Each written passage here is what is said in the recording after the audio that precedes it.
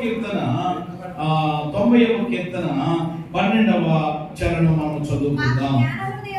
మాకు జ్ఞాన హృదయము కలుగునట్లుగా చేయుము, మా దినములు లెక్కించుటకు మాకు నేర్పుము. బైబిల్ పాట పాడుకుని వాక్యంలో మర్చిపోలేదు నేనేమి ఏ వాక్యం చదువుకుని పాడుకోకూడదా?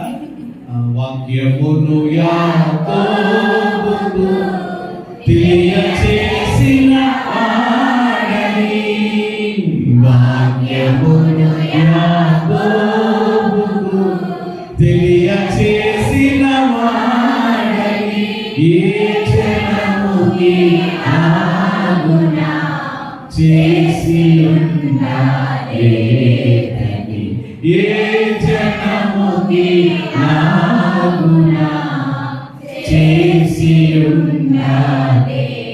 అందుకే దేవునికి స్తోత్రము గానము చేయుటయే మంచిది, మనమందరము స్తుతి గానము చేయుటయే మంచిది. మా పరమ తండ్రి, ఉదయకాలము చేరి కూడి వచ్చి ఉన్న నాతో మాతో మా అందరితో మాట్లాడండి. మెల్లనైన చల్లనైన మీ స్వరాన్ని మాకు వినిపించండి. వినే చెవులు, గ్రహించే మనసు, ఏకాగ్రత, ఏకదృష్టి దయచేయండి. మా మంచి బోధకుడైన యేసు నామములో ప్రార్థిస్తున్నాము తండ్రి, ఆమేన్. రండి, దేవుని వాక్యాన్ని కొద్ది నిమిషాలు మనము ధ్యానం చేద్దాం. ఈ 90వ కీర్తన అనగానే మనందరికీ బాగా తెలిసినటువంటి కీర్తన. ఇది దైవజనుడైనటువంటి మోషే గారు చేసినటువంటి ప్రార్థన. ఇది దైవజనుడైన మోషే చేసిన ప్రార్థన. ఏమంటే పరిశుద్ధ గ్రంథంలో 150 కీర్తనలో కూడా చాలా ఒక ప్రత్యేకత మనకి కనబడతారు. ఈ కీర్తనలలో పాటలు ఉన్నాయి, స్తుతి పాటలు ఉన్నాయి, ఆరాధనకు సంబంధించినటువంటి మాటలు ఉన్నాయి. అంత మాత్రమే కాదు, భక్తులు దేవునికి చేసినటువంటి ప్రార్థనలు ఉన్నాయి, ధ్యానాలు ఉన్నాయి. అన్నిటితో మరి కలగలిసి ఉన్నటువంటి అద్భుతమైన పుస్తకం పరిశుద్ధ గ్రంథములో అది కీర్తనల గ్రంథం. దేవునికి మహిమ కలుగునుగా. ఇది దైవజనుడైన మోషే గారు చేసిన ప్రార్థన. ఈ ప్రార్థనలో ఒక పాయింట్ మనం ధ్యానం చేస్తాం అంతే.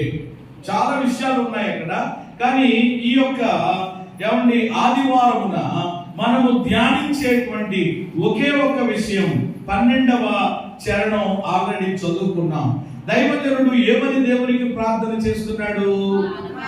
మాకు జ్ఞాన హృదయము కలుగు చేయుము, మా దినములు. ఏమని దేవునికి ఈయన ప్రార్థన చేస్తున్నాడంటే, దేవా మాకు ఏ హృదయము దయచేయి? జ్ఞాన హృదయము దయచేయి అని అడుగుతున్నాడు. ఏ హృదయం కావాలంట? అసలు మనిషి హృదయము ఎలాంటిది? మానవుని యొక్క హృదయము ప్రారంభంలో ఎవరిదైనప్పటికీ కూడా ఎటువంటిది అని అంటే బైబిల్ చెప్తుంది, హృదయము అన్నిటికంటే మోసకరమైనది, అది ఘోరమైన. అది మన అందరి హృదయాలు ఒకప్పుడు అలాంటివే. మనిషి యొక్క హృదయం మోసకరమైనటువంటి హృదయం. ఈ రోజు మనం చూస్తుంటున్నాం ప్రపంచంలో జరుగుతున్నటువంటి మోసాలు, ప్రపంచంలో జరుగుతున్నటువంటి భయంకరమైనటువంటి పరిస్థితులు. మనిషి యొక్క హృదయం చెప్పండి ఏమైపోతుంది అన్నమాట. మానవుని యొక్క హృదయంలో కలిగేటువంటి ఆలోచనలు చాలా భయంకరంగా ఉంటున్నాయి. ఈ మధ్య కాలంలో ఒక న్యూస్ మీరు వినే ఉంటారు, చూసే ఉంటారు. తెలంగాణలో జరిగినటువంటి ఒక సంఘటన. భార్య మీద భర్త అనుమానించి, భార్యను భర్త అనుమానించి ఏం చేశాడనమాట. చూడలేదా మీరు? లోపల బాత్రూమ్ లోకి తీసుకెళ్ళిపోయి, అదే అంటే చంపేసి బాత్రూమ్ లోకి తీసుకుని వెళ్ళిపోయి మొక్కలు నరికేశాడు అనమాట. మళ్ళా ఏం చేశాడు అనుకుంటున్నారు మీరు? ఆ నరికేసినటువంటి మొక్కలన్నీ కూడా ఏమంటే ఇందులో పెట్టి, ఇందులో కుక్కర్లో పెట్టి ఉడకబెడితే వచ్చే జ్యూస్ ఉంటుంది చూసారా, తాగేస్తే సరిపోనండి నేను. కాబట్టి అదంతా కూడా జ్యూస్ కింద చేసి ఆ ప్రక్కనే ఉన్నటువంటి చెరువులు కలిపేశాడన్నమాట. అంటే తెలియకుండా మొత్తం మీద ఆ ఎముకలన్నీ కూడా పొడుగు చేసి, అంటే అతడు మాస్టర్ ప్లాన్ ఏంటి అని అంటే ఎవరికి కూడా ఏమి రాకూడదు అస్సలు. అంత ఏమంటే చాలా మాస్టర్ గా కిల్లర్ మైండ్ అనమాట అతనిది. ఆలోచన చేశాడు. కానీ ఎన్ని మాస్టర్ ప్లాన్లు వేసినా ఈ రోజు, ఒకప్పుడు అంటే వేరే పరిస్థితి, ఇప్పుడు పరిస్థితులన్నీ ఏమైపోయినాయి. గడిచినటువంటి దినము ఒక 3 వ్యక్తులు కోట్లు వేసుకుని వస్తే వీళ్ళెవరా బాబు మా ఇంటికి వచ్చారనుకోండి. ఆల్రెడీ లోపల ఏమంటే చాలా దూరం వెళ్ళిపోయిందంట. పాస్టర్ గారిని పోలీసు వాళ్ళు తీసుకెళ్ళిపోయారు. అబ్బా, కొంతమంది ఉంటారంటే నిజంగా వాళ్ళు ఎంత ఇది అని అంటే చూసి రారా అని అంటే ఏం చేశారంట, అయ్యో బాబు ఏమి లేకపోయినా గొప్ప, నిజంగా వాళ్ళని ప్రత్యేకంగా కోటాలు ఎట్టి మరీ సన్మానించాలి. వాళ్ళని అందుకోసమే పెట్టాలి. వాళ్ళకి విషయం ఏమీ తెలియదు కానీ మొత్తం కాల్చేస్తారు. మాస్టర్ గారిని అటుకెళ్ళిపోయారంట. అంటే ఎంత అంటే పట్టుకెళ్ళిపోవాలని ఎంత ఇదేమో నిజంగానేమో అనిపిస్తూ ఉంటారు. కాబట్టి మాకు ఎందుకు ఏమీ లేదు, కారు పోయిందని హైదరాబాద్ నుంచి 3 ఏమన్నా ఈరోజు టెక్నాలజీ అంతా కూడా ఎవరి యొక్క జాగ్రత్తలో వాళ్ళు ఉంటున్నారు. ఇది వరకు రోజులు ఇప్పుడు ఆఖరి మొబైల్ విషయంలో కూడా చాలా నిర్భయంగా ఉండొచ్చు. ఈరోజు మా శాంతిరాజు మొబైల్ దేశాలు తిరిగి మళ్ళా ఆయన దగ్గరికి వచ్చేసింది. దేవునికి స్తోత్రం కలిగి. ఇది వరకు రోజులవి, కానీ ఇప్పుడు అంతా అప్డేట్ అయ్యారు. ప్రతి వాళ్ళు కూడా బండి విషయంలోనైనా ఎవరు మొబైల్ విషయం అన్ని కూడా దానికి వెనకాల మళ్ళీ ఇప్పుడు ఆ సూత్రం ఇప్పుడు నేను చెప్పట్లేదు, రాసి ఎవరికి వాళ్ళు చేస్తారు. మొత్తం మీద ఎందుకు వాళ్ళు ఇక్కడికి వచ్చారు అని అంటే ఏమండి ఆ మ్యాప్ చెప్తా ఉందన్నమాట. వాళ్ళకి చూపిస్తా ఉంది, ఇదిగో ఇక్కడ దాకా వచ్చారు, ఈ ఏరియా దాకా వచ్చారు, ఏమంటే లోపలికి ఇక్కడ పైకి ఎక్కారనమాట, మడుపు తిరిగారని చెప్పి వాళ్ళు ఇది చూపిస్తుందని కావాలంటే మీరు చూడండి అని అంటుంటే అప్పుడు నేను ఏం చేస్తాను, సరే లోపలికి వెళ్ళి మొత్తం అంతా చూసుకోండి. అంటే మనకి పక్కన గేట్ ఉంది కాబట్టి ఆడుకుండే అనుమానం ఆడుకుంటుంది, ఆ గేట్లోంచి లోపలికి తీసుకెళ్ళి ఎక్కడైనా పెట్టేసారేమో అని. చిన్నదైతే అలాగే మనం అర్థం పెట్టి ఎక్కడ దుక్కుని పెట్టేస్తాం. కారు ఎలా పెట్టినని అన్నాను, బ్రదర్ దయచేసి లోపలికి రండి చూసుకోండి, ఇది మందిరం అయినా కానీ మీకు ఆ ప్రకారంగా వచ్చారు కాబట్టి, అది అక్కడ మ్యాప్ చూపిస్తుంది కాబట్టి, ఆ ఆధారంతో వాళ్ళు వచ్చారు కాబట్టి మొత్తం చూసుకుని లేదు సారీ అండి అని చెప్పి మొత్తం మీద వెళ్ళారు. ఎట్టకేలకు ఏమంటే దేవుని కృపను బట్టి వాళ్ళ కారాలకి దొరికేసింది. దేవునికి స్తోత్రం కలిగింది. చూసారా ఎంత ఆలోచనలో బొడ్లు బీగేశారట. అవన్నీ ఎంత ఈ రోజు మితిమీరిపోయినటువంటి విధానము. కానీ దాని వలన చాలా ఇబ్బంది అనేది తెలియట్లేదు చాలా మందికి. మొత్తం మీద వాడు అనుకున్నాడు అనమాట, భార్యను చంపేశాను, ఎవరు కుక్కర్లో పెట్టేశాను, ఎవరు జ్యూస్గా చేశాను, పొడుగుగా చేసి కలిపేశాను అనుకున్నాడు. కానీ చెప్పండి బయట మాత్రం ఏమున్నాయి, సీసీ కెమెరాలు ఉన్నాయి, ఎవరి బకెట్లు ఎట్టుకెళ్తాం, అందులో కలిపేయడం అన్నీ కూడా మొత్తం ఈ మనిషి లోపల నుంచి అంటే ఇంట్లో నుంచి ఆ టైంలో బయటికి వెళ్ళినట్లుగా ఎక్కడా కూడా లేదనమాట, దొరకలేదు. కానీ ఈడు మాత్రం బకెట్లట్టుకు వెళ్తాం మాత్రము ఆ సీసీ కెమెరా కార్డు మొత్తం మీద తీసుకెళ్లి ఎవరు లోపల పెట్టి 4 ఉతికేటప్పటికి నిజం చెప్పేశాడు, నేను ఇలా చేశాను. చూసారా ఎంత మోసం, ఎంత మాయ, ఎంత భయంకరమైనటువంటి పరిస్థితులు ఈ రోజు జరుగుతున్నాయో. ఈ టెక్నాలజీ ఇంకా పెరిగే కొలది కూడా మనిషి చేసేటువంటి మోసలు మాయాలు ఏమైపోతున్నాయి, ఎన్ని ఎక్కువైపోయిన ఆఖరికి ఏమైపోతున్నాడు, దొరికిపోతున్నాడు. చేసిన పాపము చెప్పండి ఏమవుతుందట, పట్టుకుంటారు కదా. బైబిల్ చెప్తుంది పాపము పట్టుకును అన్నది బైబిల్లో. ఎవరు మోసపోకుండా దేవుడు వెక్కిరించబడడు. మనం ఏ విత్తితే అది తప్పకుండా. కాబట్టి మనిషి హృదయం మోసకరమైనది, ఎవరి ఘోరమైన వ్యాధి కలిగినది ఒకప్పుడు. కానీ ఎవరి ఇప్పుడు ఇక్కడ దైవజనుడు ప్రార్థన చేస్తున్నాడు, దేవా మాకు ఏ హృదయం దయచేయి జ్ఞానం. ఒకప్పుడు మనది మోసకరమైన హృదయం కావచ్చు, కానీ ఈ రోజు ప్రియమైన దేవుని బిడ్డలారా, ఏమంటే జ్ఞానము లేక జ్ఞాన హృదయం ఏమంటే నాకు దయచేయి ప్రభువా అని దైవజనుడైన మోసే వలె మనము కూడా ప్రార్థించవలసినటువంటి అవసరత ఎంతైనా ఉంది. అయితే ఏంటి దేని గురించినటువంటి జ్ఞానం? ఇప్పుడు నేను చెప్పాను కొన్ని విషయాలు. ఏమంటే ఈరోజు చాలా మంది మనుషులకి ఈ జ్ఞానం ఎక్కువైపోతుంది. ఎదుటి వ్యక్తిని ఎలాగో మోసం చేయాలా, ఎదుటి వ్యక్తిని ఎలాగున ఇబ్బంది పెట్టాలి, ఈ తెలివితేటలు చూడగలుగుతూ చాలా మంది. కానీ అది కాదట. దైవజనుడు మోసే చేసుకుంటున్న ప్రార్థన ఏంటంటే, ప్రభువా మాకు జ్ఞాన హృదయం దయచేయి. ఎందుకు ఆ జ్ఞానం అంటే, మా దినములు లెక్కించుటకు మాకు లేదు. ఏమి నేర్పమంటున్నాడు? మా దినాలు మేము లెక్కించుకోవడం మాకు నేర్పించు నాయన. ఈరోజు ప్రియమైన దేవుని బిడ్డలారా, మనం అందరం ఆలోచించాలి చాలా దూరంగా. ఈ రోజు ఈ యొక్క సందేశంలో మన జీవితం యొక్క వైభవం ఏమిటో మనకు తెలియాలి. మనిషి యొక్క జీవితం ఏమంటే వైభవం ఏమిటో ఏమంటే ప్రతి ఒక్కరు ఈ రోజు మనం నేర్చుకునే ప్రయత్నం చేద్దాం. అందుకని యొక్క అంశానికి నేను పెట్టుకున్నటువంటి పేరేమిటి అని అంటే, మానవ జీవిత వైభవం. దేవునికి స్తోత్రం కలిగిందా? మానవ జీవిత వైభవం లేక మనిషి జీవిత వైభవం. ఏమంటే మన యొక్క జీవిత వైభవం ఎలాంటిది అసలు తెలుసుకోవాలి. మనిషిని తెలియట్లేదు. తెలియకుండా ఏమండి ఆయా రీతులుగా ఒకవేళ లోకంలో ఉన్న వ్యక్తులు అలా బ్రతికారనుకోండి, వాళ్ళకి తెలియదు కాబట్టి జీవించారు. మరి దేవుని సన్నిధికి వస్తున్నాం, దేవుని మాటలు వింటున్నాం, దేవుని వాక్యం చదువుతున్నాం.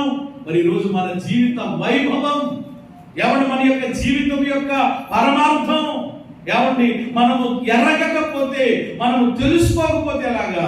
ఈ నూతన సంవత్సరంలో ఈ మొదటి నెల ఆఖరి ఆదివారం అయినా మన జీవితం యొక్క ఏమండి ఆ పరమార్థం, ఆ పరిస్థితి ఏంటో లేఖనముల ఆధారంగా కొన్ని విషయాలు మనము ధ్యానించే ప్రయత్నం చేద్దాం. అసలు మనిషి యొక్క జీవితం ఎలాంటిది, మానవ జీవితం ఎలాంటిదని బైబిల్ పోల్చింది.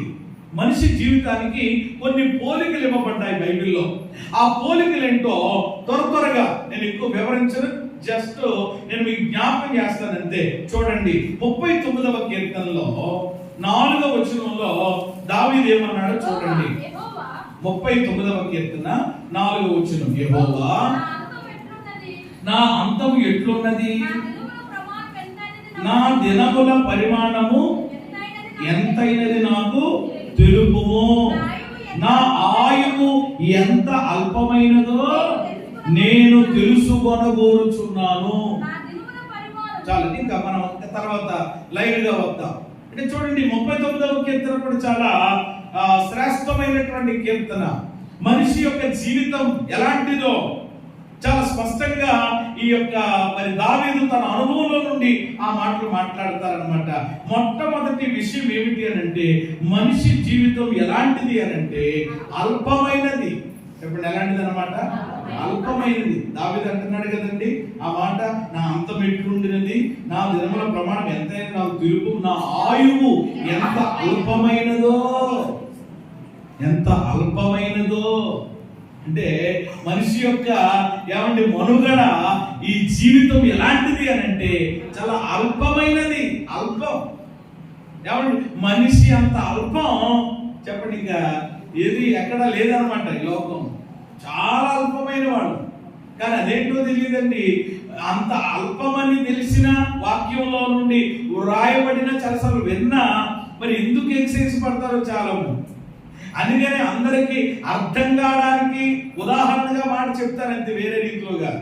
మనిషి జీవితం ఎంత అల్పమని అంటే కాబట్టి ప్రియమైన దేవుని బిడ్డలారా, కొన్ని సార్లు బయటకు వెళ్ళి వస్తే సరిపోద్ది అనమాట అండి.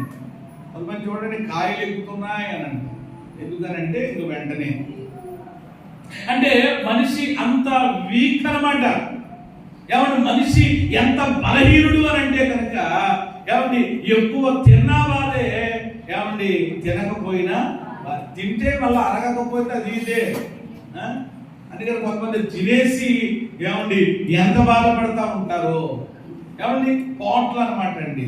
కాబట్టి ఈ రెండింటిలో కూడా చాలా ప్రమాదమే. తినక నీరసిల్లే వాళ్ళు తిని ఇబ్బంది పడేటువంటి పరిస్థితి. మనిషి యొక్క జీవితం చాలా అల్పమైనటువంటిది, అది ఎరగాలి, అది ప్రతి ఒక్కరు తెలుసుకోవాలి. దాని గురించి నేను ఎక్కువ వివరించక్కర్లేదు. ఒకటి అల్పం, రెండు స్వల్పం. రెండవది ఏమిటి చెప్పండి? అక్కడ మనం కనుక గమనించినట్లే ఎంత అల్పమైనదో నేను తెలుసుకొని కోరుచున్నాను. నా దినముల పరిమాణము నీవు బెత్తెడంతగా చేసి ఉన్నావు. ఒకటి అల్పమైనది, ఏమంటే రెండు స్వల్పమైనది. స్వల్ప జీవితం ఇది. ఏమంటే మనము బ్రతికేటువంటి బ్రతుకు ఇది స్వల్పకాలం. అందుకని సిరివెళ్ళ ఆనవ్ గారు రాసినటువంటి ఆ పాటలో ఈ మాట కూడా ఆయన ఉదాహరణగా చక్కగా పలికారనమాట. చాలా స్వల్పం అన్నమాట ఇది మనము ఎరగాలి. మూడవది ఏమిటి అంటే బెత్తెడు. అక్కడ 5వ వచనంలో ఉంది. ఎంతంటే మానవుని జీవితం ఎలాంటిదంట? బెత్తడంత అనేటువంటిది. నా దినముల పరిమాణము నువ్వు ఎలా చేసావు? బెత్తడంత చేసి ఉన్నావు. కుక్క తోక చెప్పండి ఎలా ఎంత ఉంటుంది? 8 తోకలే ఉంటుంది ఏంటి? ఏమంటే బెత్తడు ఉంటుంది.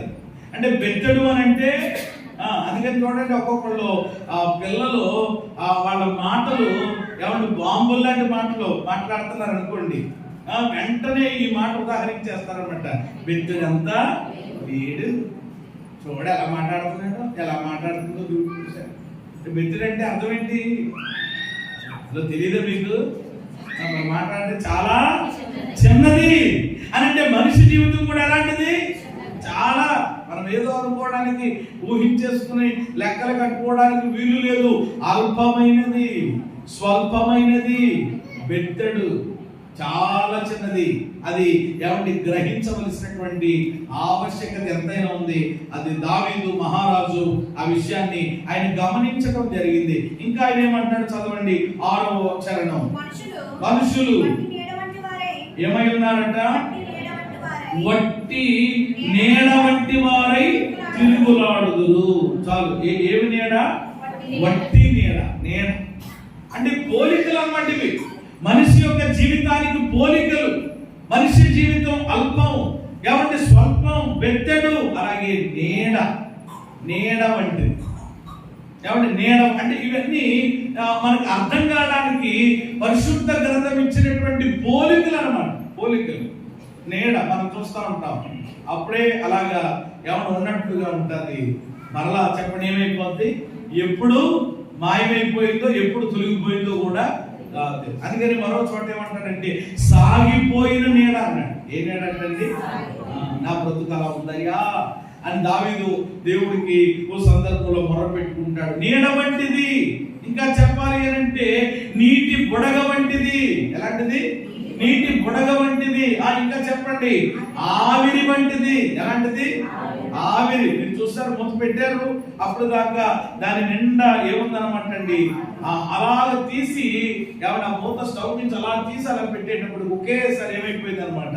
అప్పుడు దాకా అల్లుకుని ఉన్నట్లుగా ఉంది ఆవిరి, ఒకేసారి ఏమైపోయింది? నీరుగా మళ్ళా కాలిపోయింది. ఏమంటే ఆవిరి వంటిది. యెషయా గ్రంథంలో ఏమంటే గడ్డి పువ్వు లాంటిది. ఎలాంటిదట? గడ్డి పువ్వు లాంటిది. అంటే ఉదయకాలంలో వెళ్ళి చూస్తే ఎలా ఉంటుంది గడ్డి పువ్వు?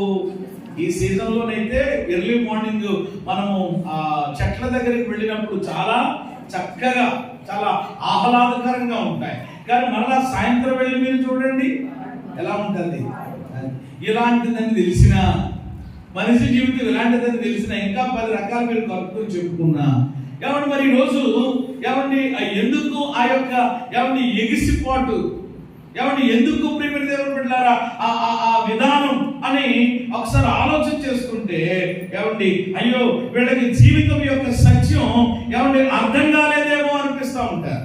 కాబట్టి ఈ మాటలన్నిటిని బట్టి మీరు అర్థం చేసుకుంటే ఏమండి అల్పమైనది, స్వల్పమైనది, బెత్తడు అంత ఏమండి నీడ లాంటిది, ఆవిరి లాంటిది, నీటి బుడగ లాంటిది. ఇక 10వ వచనంలో కనుక ఈ 90వ కీర్తన 10వ వచనంలో చూస్తే మానవుడి ఆయుష్ కాలము ఏమండి 70 సంవత్సరములు, అధిక బలం ఉంటే 80, అయినను వాటి వైభవము ఏమిటి అని అంటే ఆఖరికి మిగిలేదు మనిషికి ఏంటి అని అంటే ఆయాసము. ఇదే కదా ఈరోజు. ఏమంటే ప్రియమైన దేవుని బిడ్డలారా, ఆలోచన చేయండి. మనిషి యొక్క జీవితం అంటే ఈ భూమి మీద జీవితం. నేను ఇప్పుడు చెప్పేదంతా దేని గురించి అంటే ఈ భూమి మీద జీవితాన్ని గురించి నేను ఎక్స్ప్లెయిన్ చేస్తున్నా. ఈ భూమి మీద జీవితము, మనిషి జీవితము, మనందరి జీవితాలు ఈ భూమి మీద ఎలాంటివి అంటే కొద్దిపాటివే. చెప్పండి, ఎలాంటివి? కొద్దిపాటివే. కానీ అయితే తర్వాత ప్రియమైన దేవుని బిడ్డలారా, అసలైనటువంటి జీవితం ఉంది. అందుకనే కదా ఈరోజు మనము ఈరోజు చాలా మంది శుభప్రదమైనటువంటి నిరీక్షణ కలిగి ఉండడానికి గల కారణం మనము అసలైనటువంటి జీవితం. ఈ భూమి మీద 70 అన్నాడు మోషే, 80 అన్నాడు. 70 అయినా, 80 అయినా, 90 అయినా, 100 అయినా, 120 అంత లేని పరిస్థితి ఇప్పుడు. కానీ చివరికి వాటి వైభవం ఏమిటి అంటే ఆయాసం, దుఃఖం తప్ప ఏమైనా ఉందా? ఏమీ లేదు కదా. ఉన్నవాడి దగ్గరికి వెళ్ళినా అదే పరిస్థితి, లేనోడి దగ్గరికి వెళ్ళినా అదే పరిస్థితి. ధనవంతుల పరిస్థితి అలాగే ఉంది ఈరోజు, దరిద్రుల పరిస్థితి అలాగే ఉంది ఈరోజు. వాటి వైభవం, ఆయాసం, దుఃఖం. కానీ అసలైనటువంటి జీవితం ఒకటి ఉంది. స్థిరమైనటువంటిది మనకు ఒకటి ఉన్నది. అది ఎక్కడ ప్రారంభించబడుతుంది ఆ జీవితం అంటే కనుక చెప్పండి, ఎక్కడ ప్రారంభించబడుతుంది? నిత్యత్వంలో. హల్లెలూయా. ఎక్కడ అసలైనటువంటి జీవితం చెప్పండి ఎక్కడ ఉంది? నిత్యత్వం. అందుకని కదా 90వ కీర్తనలో మొదటి 2 వచనాల్లో ఏమన్నాడు ఆయన? ప్రభువా, తరతరముల నుండి మాకు నివాస స్థలము నీవే, పర్వతములు పుట్టక మునుపు, భూమిని లోకమును నీవు పుట్టింపక మునుపు, యుగ యుగములు నీవే దేవుడు. యుగ యుగములు ఎవరు దేవుడు? ఆయనే. యుగ యుగాలు ప్రియమైన దేవుని బిడ్డలారా, మనము ఉండేది అక్కడనే, ఇక్కడ కాదు. కొంతమందికి ఉండేదట, ఈ పురాణాల్లో ఉంటాయన్నమాట. అమృతం తాగితేనట చెప్పండి మనిషికి ఏముంటదంటండి. అలాంటి ఏమన్నా ఇప్పుడు కనుక ప్రవేశపెడితే, లేకపోతే దేవుడు ఇస్తానంటే కూడా ఆ అమృతం తాగేసి కూడా బతికిపోదామనేటువంటి ఆలోచన చాలా మందికి ఉంటారు. దేవుడు ఏర్పాటు చేసినటువంటి చెట్లలో కూడా ఆ ఏదేను వనంలో చాలా రకాల చెట్లు ఉన్నాయంట. అందులో ప్రత్యేకంగా చెప్పాలి అంటే మంచి చెడ్డల తెలివినిచ్చేటువంటి చెట్టు ఒకటి ఉంది. అయితే దేవుడు ప్రియమైన దేవుని బిడ్డలారా, ఆ తోట మధ్యలో ఉన్నటువంటి ఆ చెట్టు ఫలం ఏం చేయొద్దు అన్నాడు? ముట్టొద్దు, తినవద్దు అని చెప్పాడు. తింటే నిశ్చయంగా చచ్చిపోతారని దేవుడు చెప్పారు. అయితే దేవుని మాట అతిక్రమించి ఆదాము అవ్వలు ఇద్దరు కూడా దేవుని ఆజ్ఞను అతిక్రమించి దేవుడు తినొద్దన్న పండు ఏం చేశారు? తినేశారు. కానీ ఒక విషయం ఏమిటి అని అంటే, ఆ పండు అయితే తినేశారు కానీ దేవుడట ఆ ఏదేను వనములోనే చెప్పండి జీవ వృక్ష ఫలములను కూడా ఏర్పాటు చేశారట. అయితే ఈ మనిషి వెళ్ళి ఇప్పుడు ఈ పండు తిన్నవాడు అది తినలేడా? తినగలడు, తినే అవకాశం ఉంది. ఇప్పుడు నిజంగా తింటే ఇంకా ఆదాము అవ్వలకు ఏమి లేకపోను. అందుకని దేవుడు ఏం చేశాడట, ఆ జీవ వృక్షమునకు వెళ్ళేటువంటి ఆ మధ్యలో దేవుడు చెప్పండి ఏమి ఏర్పాటు చేశాడట? ఖడ్గ జ్వాలలను నిలబెట్టాడు. ఇంకా ఎవరు కూడా అక్కడికి వెళ్ళడానికి వీలు లేదు. అంటే దేవుడు ఆ జీవవృక్ష ఫలాలని తినేటువంటి ఆ అవకాశం చెప్పండి వాళ్ళకి ఇవ్వలేదు. ఎందుకు ఇవ్వలేదు? ఆల్రెడీ వాళ్ళు దేవుని యొక్క ఆజ్ఞను అతిక్రమించి పాపము చేశారు. ఇప్పుడు మంచి చెడ్డ రెండూ తెలుసుకుంటున్నారు. అటు మంచి చేస్తాడు, చెడ్డ చేస్తారు. ఇంకా అలాగే జీవిస్తే ఎలాగా? దేవుడు వాళ్ళని అక్కడి నుంచి బయటకు పంపేశాడు. ఖడ్గ జ్వాల నిలబెట్టి ఎవరు వెళ్ళకుండా చేశాడు. కానీ ప్రకటన గ్రంథం ఏం చెప్తుందనంటే, ఎవరైతే ఈ భూమి మీద అసలైనటువంటి జీవితం ఉందని ఆ జీవిత సత్యం, ఆ జీవిత పరమార్థం తెలుసుకుంటారో, మారు మనసు పొంది రక్షణ పొంది క్రమముగా సంఘములో సహవాసములో కొనసాగుతూ ఉంటారో, ఒకరోజు ఏమండి పరమునకు వెళ్ళిన తర్వాత దేవుడు వాళ్ళకి ఏమిస్తాడట? ఆ జీవ వృక్ష ఫలములను భుజింపనిస్తాడట. స్తోత్రం చెప్పండి. హల్లెలూయా. రెఫరెన్స్ చెప్పలేదు కానీ ప్రకటన గ్రంథంలో 22 అధ్యాయంలో ఉంటా, చదువుకున్న తర్వాత ఏమంటే అప్పుడు తినలేదు కానీ అక్కడికి వెళ్ళిన తర్వాత మాత్రం ఆయనే పట్టుకొచ్చి తినమనిస్తాడట. ఇక అది తింటే మాట్లాడేమా, అది తింటే ఏమి లేదు, ఇక యుగ యుగములు, ఇక్కడ అన్నాడు కదా యుగ యుగములు నీవే దేవుడు అన్నట్లుగా యుగ యుగములు కూడా మనం అక్కడ ఏం చేస్తాం చెప్పండి? జీవిస్తాం. అసలైనటువంటి జీవితము ఏమండి ఎక్కడ ఉంది మనకి అని అంటే కనుక భూమి మీద కాదు, ఎక్కడుంది? నిత్యత్వంలో ఉంది. పర్మనెంట్ ప్లేస్ చెప్పండి ఏదన్నమాట మనకి? పరలోకం. చెప్పి బుర్రకాయలకు అర్థమైతే చెప్పండి, లేకపోతే మానేయండి. పర్మనెంట్ ప్లేస్ పరలోకం. మనకి దేవుని పిల్లలైనటువంటి వారికి పర్మనెంట్ అడ్రస్ ఏంటన్నమాట? ఒక ఆయన ఇలా అన్నాడు, మరణం అనేది, మరణాల గురించి నేను భయపడను, మరణం అంటే ఏమీ లేదు, ఏమంటే నా చిరునామా చెప్పండి ఏమవుతుంది? మారుతుంది. ఇప్పుడు దాకా పలానా డోర్ నెంబర్లో ఉన్నాను భూమి మీద, కానీ ఎప్పుడైతే ఈ లోకాన్ని నేను విడిచిపెడతానో చెప్పండి నా అడ్రస్ ఏంటన్నమాట? పరలోకం అని చెప్పాను. ధైర్యంగా చెప్పగలవా నువ్వు?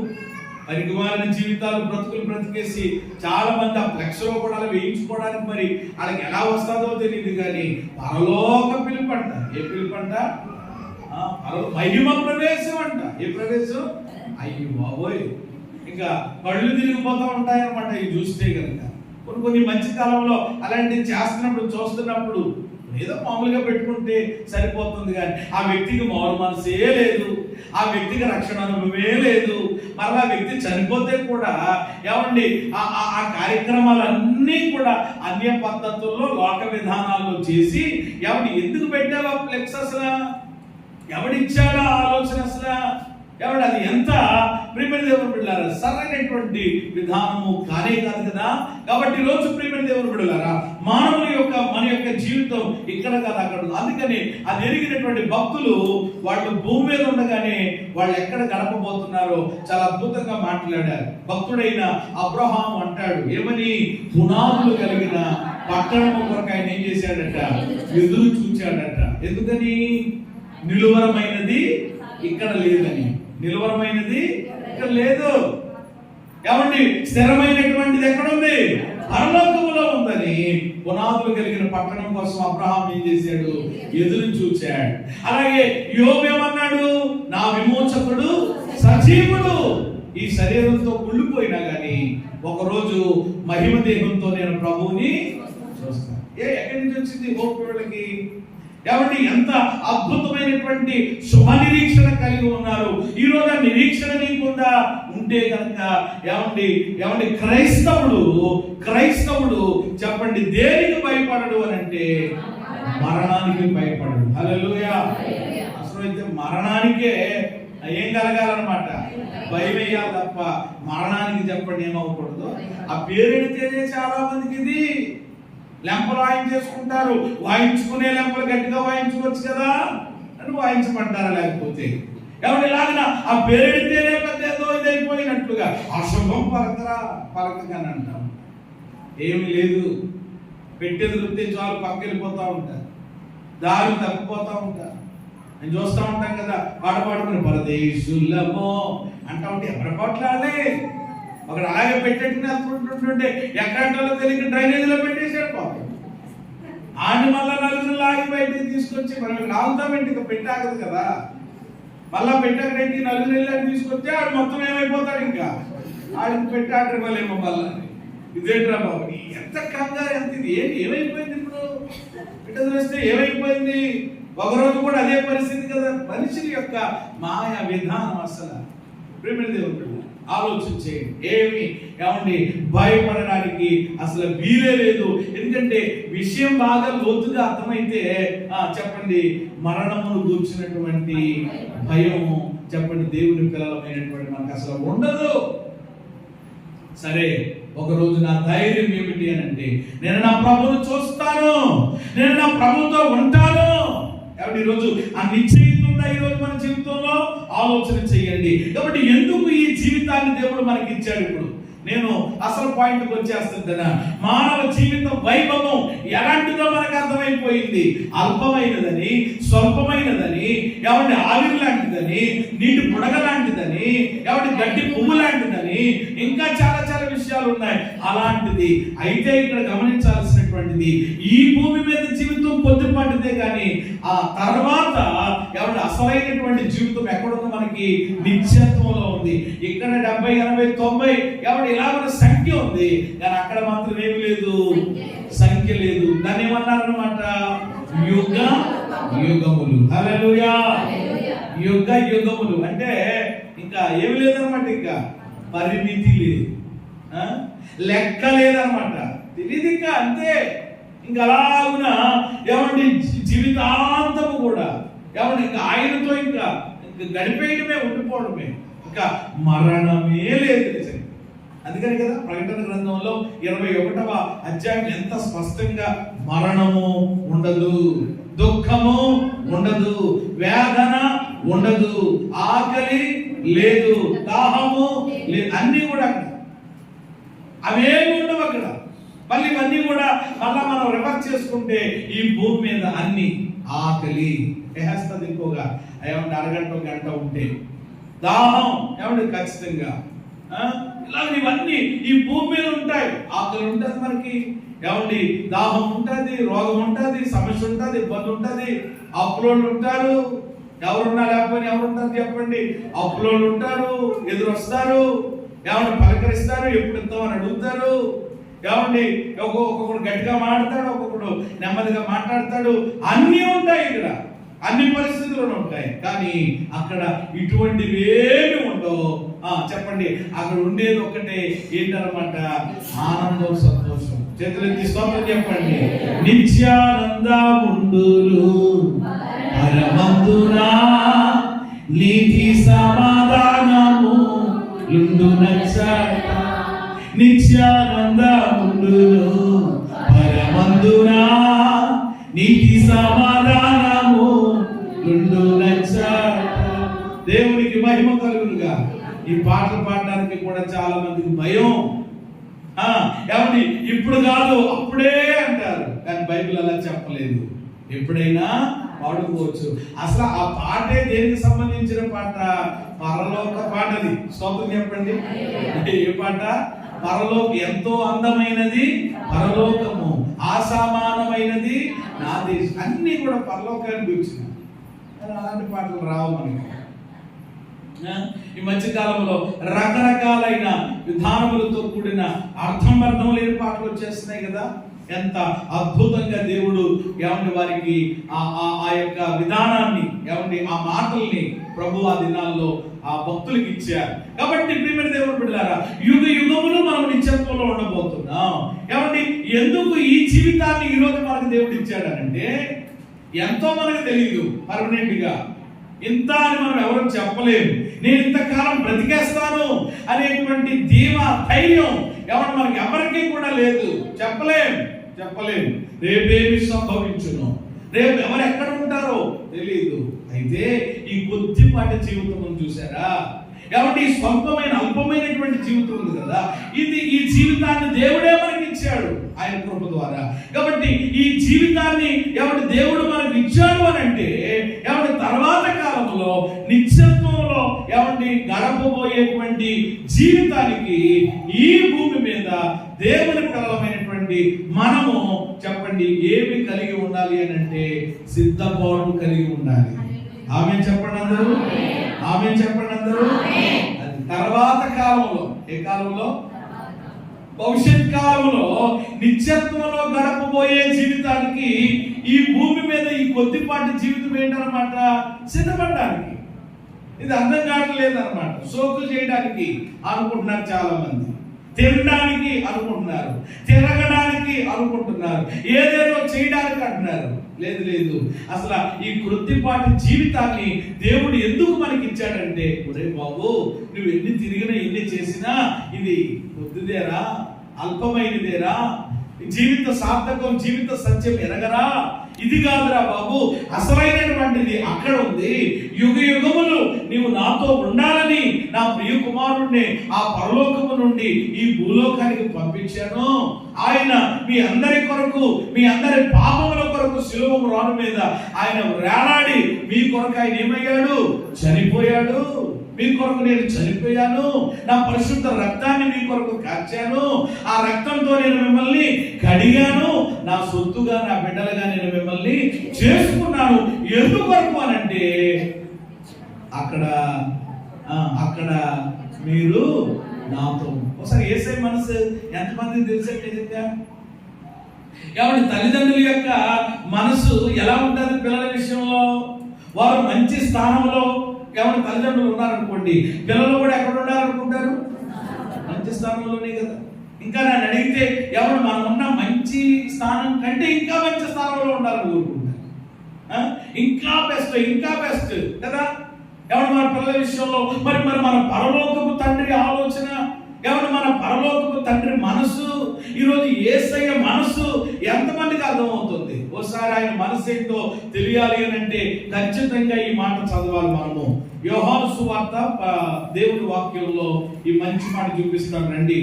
యేసయ్య మనసు, ఆయన హృదయం మన ఎడల ఎలా ఉందో ఎవరు ఇక్కడ మనకు తెలుస్తుంది. యోహాను సువార్త 17వ అధ్యాయం. యోహాను సువార్త 17వ అధ్యాయం. ఇది యేసయ్య భూమి మీద ఉన్నప్పుడు చేసినటువంటి ఒక గొప్ప ప్రార్థన. ఆ ప్రార్థనలో ఒకే ఒక పాయింట్ 24వ వచనం. 17:24 తండ్రి నేను ఎక్కడ ఉంటానో అక్కడే నీవు నాకు అనుగ్రహించిన వారు నాతో కూడా ఉండవలెనని నీవు నాకు అనుగ్రహించిన నా మహిమను చూడవలెనని కోరుచున్నాను. ఇదండి యేసయ్య మనసు. ఇదండి ఈరోజు దేవాతి దేవుడు మన ఎడల ఆయన పెట్టుకున్న కోరిక. తండ్రికి ఏమని ప్రార్థన చేస్తున్నాడు ఆయన? పరలోకపు తండ్రిని ఏమని అడుగుతున్నారు? తండ్రి నేను ఎక్కడ ఉంటానో అక్కడనే నీవు నాకు ఇచ్చిన ఇదిగో ఈ ప్రజలందరూ యేసుక్రీస్తు మహిమ మందిరములో ఉన్నవారు, రక్షించబడినటువంటి నా ప్రజలు, నా బిడ్డలు అందరూ ఎక్కడ ఉండాలి? అక్కడే ఉండాలి. అక్కడ ఉండడమే కాదట, తర్వాత వారు నా మహిమను చూడవలెనని కోరుకుంటున్నారు. ఇది దేవుడి కోరిక. మనమేమో బంగారం కోరుకోలేదు ఇంకాని ఈ సంవత్సరంలోనైనా ఏం చేసుకోవాలి? ఒప్పుకొడక ఈ సంవత్సరంలోనైనా చేసేసుకోవాలి, ఈ సంవత్సరంలోనైనా కట్టేయాలి, ఈ సంవత్సరంలోనైనా రంగులు వేసేయాలి, ఈ సంవత్సరంలోనైనా. ఎన్ని ఆశలు ఉండకూడదని నేను చెప్పట్లేదు, కానీ దేవుడు మాత్రం దీన్ని కోరుకోలేదు. నేను ఎక్కడ ఉంటాను అక్కడే నా ప్రజలు కూడా. ఆయన ఎక్కడ ఉంటారు? ఆయన ఎక్కడున్నారు? ఇప్పుడు తండ్రి కుడి పార్శ్వంలో కూర్చుని ఉన్నారు. భవిష్యత్ కాలంలో మనందరినీ తీసుకెళ్ళడానికి మేఘాల్లో ఆయన రాబోతున్నారు. వచ్చి ఆయన చేసే పని ఏంటంటే, అందుకని చెప్పారు కదా, నేను స్థలమును చూడడానికి మీకోసం వెళుతున్నాను, వెళ్ళి మరలా వచ్చి స్థలమును అక్కడ సిద్ధపరిచి వచ్చి నేనుండు స్థలములో మీరుండులాగున. ఎంత అద్భుతమైనటువంటి ఆలోచన దేవుడు మన పట్ల కలిగి ఉన్నాడండి. ఇది అర్థం కావట్లేదు చాలా మందికి.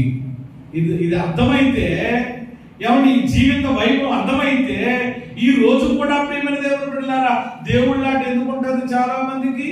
ఈ రోజు కూడా ఆరాధన దినమందు కూడా ప్రభువుని ఆరాధించడం అని లోకంలో ఎవరిని సొంత కార్యాలలో, వ్యాపారాల్లో, పనుల్లో, వాటిలో వీటిల్లో ఎందుకు కుడుతులో పడినటువంటి ఈ ఎలకలాగా కొట్టుకుని ఉంటారు అంటే వీళ్ళకి ఈ జీవిత వైభవం, సత్యం చెప్పండి ఏమవలేదన్నమాట, అర్థం కాలేదు. అర్థమైతే ప్రియమైన దేవుని బిడ్డలారా, అర్థమైతే అయ్యో ఇవేమి కాదు, నా దేవుని యొక్క సన్నిధి నాకు ముఖ్యం, ఎందుకంటే నేను అసలు అక్కడ ఉండాల్సినటువంటి దానని కదా, నేను అక్కడ ఉండవలసినటువంటి వాడని కదా అనే ఆలోచన కలుగుతుంది ప్రతి ఒక్కరికి. కాబట్టి ప్రియమైన దేవుని బిడ్డలారా, ఏమండి ఈ భూమి మీద సిద్ధపడడానికి ఈ కొద్దిపాటి జీవితాన్ని దేవుడు మనకి ఇచ్చాడు. ఎలా సిద్ధపడుతున్నాం? ఎవరు ఎలా సిద్ధపడుతున్నాం? ఏ విధమైనటువంటి జీవితాన్ని ఎవరు మనం జీవిస్తుంటున్నాం? ఆలోచన చేయండి. రక్షించబడిపోయిన తర్వాత, క్రీస్తు రక్తం చేత కడగబడి ఆయన ప్రజలమైపోయినటువంటి తర్వాత ఇక జీవిస్తే చెప్పండి, మనము ఎవరి కొరకు జీవించాలంట? మాట్లాడరేమా? ప్రభు కొరకే జీవించాలి. హల్లెలూయా. మాట చెప్పడం సింపులే. ప్రభు కొరకు నేను జీవిస్తాను. రక్షణ పొందినప్పుడు మేము కొన్ని అడుగుతా ఉంటాం వెంటనే, ఇదిగో అమ్మా ఇది మొదలుకొని మరి రక్షణ పొందుతున్నాం కాబట్టి ప్రభు కొరకు జీవిస్తారా? ఓఎస్. ఏమండి మరి ప్రతి ఆదివారం మానవుడి సన్నిధికి వస్తారా? అలాగేనండి. అన్నిటికీ ఊపిడే అన్నిటికీ కూడా ఏమండి. కానీ ఆ తర్వాత ఏమండి లేని పరిస్థితి. అలా ఉంటే కుదరదు. కాబట్టి నూతన సంవత్సరం యొక్క ఆరంభంలో ఏమండి చివరి ఆదివారంనైనా ఒక ఏమండి ప్రతిష్ఠ చేసుకుందాం, ఒక నిర్ణయం తీసుకుందాం. ఏమండి ప్రభుతో ఏమండి హృదయపూర్వకంగా చెప్తాం. పెదాల మీద వద్దు దయచేసి. పెదాల మీద భజన ఏమంటే ప్రక్కన పెట్టి హృదయపూర్వకంగా, ఇది నా మాట కాదు, అపోస్తలుడైనటువంటి పౌలు గారు ఓ సంఘానికి చెప్పిన మాట చెప్పి మరి జ్ఞాపకం చేసి నేను ముందుకు వెళ్తాను. ఎవడు అపోస్తలుడైన పౌలు కొరింథీయులకు రాసినటువంటి రెండవ పత్రిక 5వ అధ్యాయం 15వ వాక్యం చదవండి. మన జీవితం యొక్క అర్థం ఏంటో మనకు తెలుస్తుంది. జీవించు వారి మీదట తమ కొరకు కాక తమ నిమిత్తము వృద్ధి పొంది తిరిగి లేచిన వాని కొరకే జీవించుటకు ఆయన అందరి కొరకు వృద్ధి పొందెనని నిశ్చయించుకొనుచున్నాము. చాలు. ఇక్కడ అపోస్తలుడైన పౌలు అంటారు, ఓ కొరింథీలో ఉన్నటువంటి సంఘమా, ఈ జీవిత వైభవం గురించి కూడా మాట్లాడేశాడు ఆయన. పైనుంచి వెళితే ఈ మాటలు కూడా చాలా సార్లు మనం చదువుతాం. భూమి మీద మన గుడారమైన ఈ నివాసము శిథిలమైపోతాయి, దేవుని చేత కట్టబడినది నిత్యమైన నివాసం ఎక్కడుంది మనకి? 5:1. ఈ మాటలు చాలా అద్భుతమైన మాటలు. 10 వచనాల వరకు ఇవన్నీ చెప్పేసి ఏది స్థిరమైనది, ఏది అల్పమైనది, ఏమంటే ఏది శిథిలమైనది, ఏది స్థిరంగా ఉండేది, మొత్తం డీటెయిల్ గా చాలా అద్భుతంగా మాట్లాడారు. ఇవన్నీ టచ్ చేస్తే మళ్ళా ఏమన్నా లోపలికి వెళ్ళాల్సి ఉంటుంది. నేను అక్కడికి వెళ్ళట్లేదు. ఇవన్నీ చెప్పి చెప్పి చెప్పి చెప్పి ఇంకా ఈ 14వ వచనం దగ్గరికి వచ్చేసి 15వ వచనం దగ్గరికి వచ్చేసి ఇంకా ఫైనల్ గా ఏమంటున్నారంటే జీవించువారు. ఎవరంట? జీవించువారు. జీవితం కొద్దిపాటిదే, జీవితం చిన్నదే, అయినా కానీ జీవిస్తున్నాం కదా దేవుడి కృపను బట్టి. కాబట్టి జీవించువారు ఇక మీదట ఎంతవరకు దాని కొరకండి, దీని కొరకండి, అలాగండి ఎలాగండి అని ఏవో చెప్పావు అవన్నీ పక్కన పెట్టేసేయి. ఇక ఈ నూతన సంవత్సరం ఆరంభంలో ఎందుకో దేవుడు మనల్ని ప్రేమించి ఈ 2025వ సంవత్సరాన్ని దేవుడు ఇచ్చాడు. ఇంకా ఏదో ఏమండి పని ఉంది, ఏమండి నీ ఎడల నా ఎడల మన ఎడల దేవునికి ఏదో ఉద్దేశం, దేవునికి ఏదో ప్రణాళిక ఉంది. ఓ రకంగా చెప్పాలి అని అంటే ఈ నూతన సంవత్సరాన్ని ఏమంటే దేవుడు మన బ్రతుకుల్లో ఒక అవకాశంగా ఇచ్చాడు. హల్లెలూయా. ఎలా ఇచ్చాడు చెప్పండి? అవకాశం ఎందుకు వస్తుంది? ఏమండి అవకాశం ఎందుకు వస్తుంది? అవకాశాన్ని ఏం చేయాలంటే ఎప్పుడైనా కదా, అవకాశాలు కొన్నిసార్లు వస్తాయి. ఏమండి అవకాశాలు కొన్నిసార్లు వస్తాయి. అందుకనే ఏమంటే అదృష్టం ఏం చేస్తుందట? ఒకసారి పడుతుందట, దురదృష్టం రోజు పడుతుందట కదా. చెప్పుకుంటాం కదా ఈ మాటలన్నీ తెలిసినటువంటి. అవకాశం ఎందుకు ఇచ్చాడు అని అంటే అవకాశాన్ని ఏం చేసుకోవడానికి. కొంతమంది ఏమో ఏమండి సద్వినియోగం చేసుకోకుండా దుర్వినియోగం చేసుకుని నష్టపోతున్నారు, ఇబ్బంది పడుతున్నారు. కానీ మనం అలా కాకూడదు. జీవించువారు ఇక మీదట, ఇంతవరకు అయింది సరే గుడ్ బై పక్కనట్టండి, ఇక మీదట ఇక నుండైనా ఎవరి కొరకట? ఏమండి ఎవరి నిమిత్తమా మనం జీవించాలట? ఏమండి మనలను చెప్పండి ఏం చేసి మన కొరకు ఆయన ఏమండి ఏమయ్యారు? వృద్ధి పొంది, తమ నిమిత్తం వృద్ధి పొంది లేచిన వారి కొరకు. నేను ఎలా సూటిగా అడుగుతున్నాను చెప్పండి, ఎవరు మీ కొరకు ప్రాణం పెట్టారు? ఎవరు మీ కొరకు రక్తం కార్చారు? మాట్లాడరేమ్మా? అమ్మ మీ నాన్న ఎవరు లేదు కదా, కంట వరకే తప్ప ఎవరు మన కొరకు ఏం చేయలేదు, రక్తం కార్చలేదు, ప్రాణం పెట్టలేదు. మన కొరకు రక్తం కార్చింది, మన కొరకు మరణించింది. ఎవరిని మరణించడమే కాదు, మూడవ నాడు తిరిగి లేచింది ఎవరు అంటే ఈరోజు మనం ఆరాధిస్తున్న యేసే. కాబట్టి ఇప్పుడు జీవిస్తే ఎవరి కొరకు జీవించాలి? అది న్యాయమే కదా, అది యథార్థమే కదా, అది ధర్మమే కదా. కాబట్టి ఈరోజు జీవిస్తున్నామా? ఇంకా ఎక్కడికో ఇంకా దేవుకోవడానికి జీవిస్తున్నావు అని కొరకు అర్థం కాలేదు క్రైస్తవ లోకానికి. అందుకనే ఆదివారం పుట్టట్టును పోయావనంటే నీ జీవిత వైభవం నీకు అర్థం అవ్వలేదు అంతే, ఎక్కువ చెప్పలేదు. అంటే నీ జీవిత వైభవం, నీ జీవిత సార్థకత నీకు అర్థం కాలేదంతే. పని చూసుకోవద్దా అంటారు మళ్ళాని. ఎలా వస్తాయండి మీకేం తెలుసండి, ఎన్ని కవర్లేని చెప్తారు. అందుకని దేవుడు ఎన్ని రోజులు ఇచ్చాడు నీకు? 6 రోజులు ఇచ్చాడు. 6 దినములు మీరు ఏం చేయండి ఇష్టం. కానీ ఇప్పుడు కూడా ఏమంటే బతుకులోనంటే ఒక రోజు కూడా ఏమి లేకపోతే రెస్ట్ లేకపోతే చాలా ఇది అయిపోతాను అంటాడు. తర్వాత ఏమంటే ఎందుకు ఈ రోజు రెస్ట్ అని అంటే కనుక అసలైనటువంటి విశ్రాంతి కొరకు అన్నమాట. స్తోత్రం చెప్పండి. రెస్ట్ అంటే విశ్రాంతి. కాబట్టి అక్కడ నిత్యత్వంలో ఆయనతో పాటు యుగయుగాలు నెమ్మది పొందడానికి. అందుకనే కదా ప్రయాసపడి వారు పోసుకుంటున్న సమస్త జనులారా రండి నేను మీకు ఏమిస్తానండి. వద్దు ప్రభా గించుకుంటాం నాయన, అలాగే ఉంటాం నాయన, మా ఏడుపేది మేము ఏడుతాం నాయన అంటే ఎవరు బాగు చేసేది? ఇంకా అందుకని అంటారు ఒక్కొక్కరి గురించి, ఆ మనిషి బాబు ఇప్పుడే వచ్చిందండి, ఎప్పుడంట ఇప్పుడు దాకా ఈ బాబు అసలా పురుగండి అని బాబు ఇప్పుడైనా కాస్త అని అంటారు చూసారా.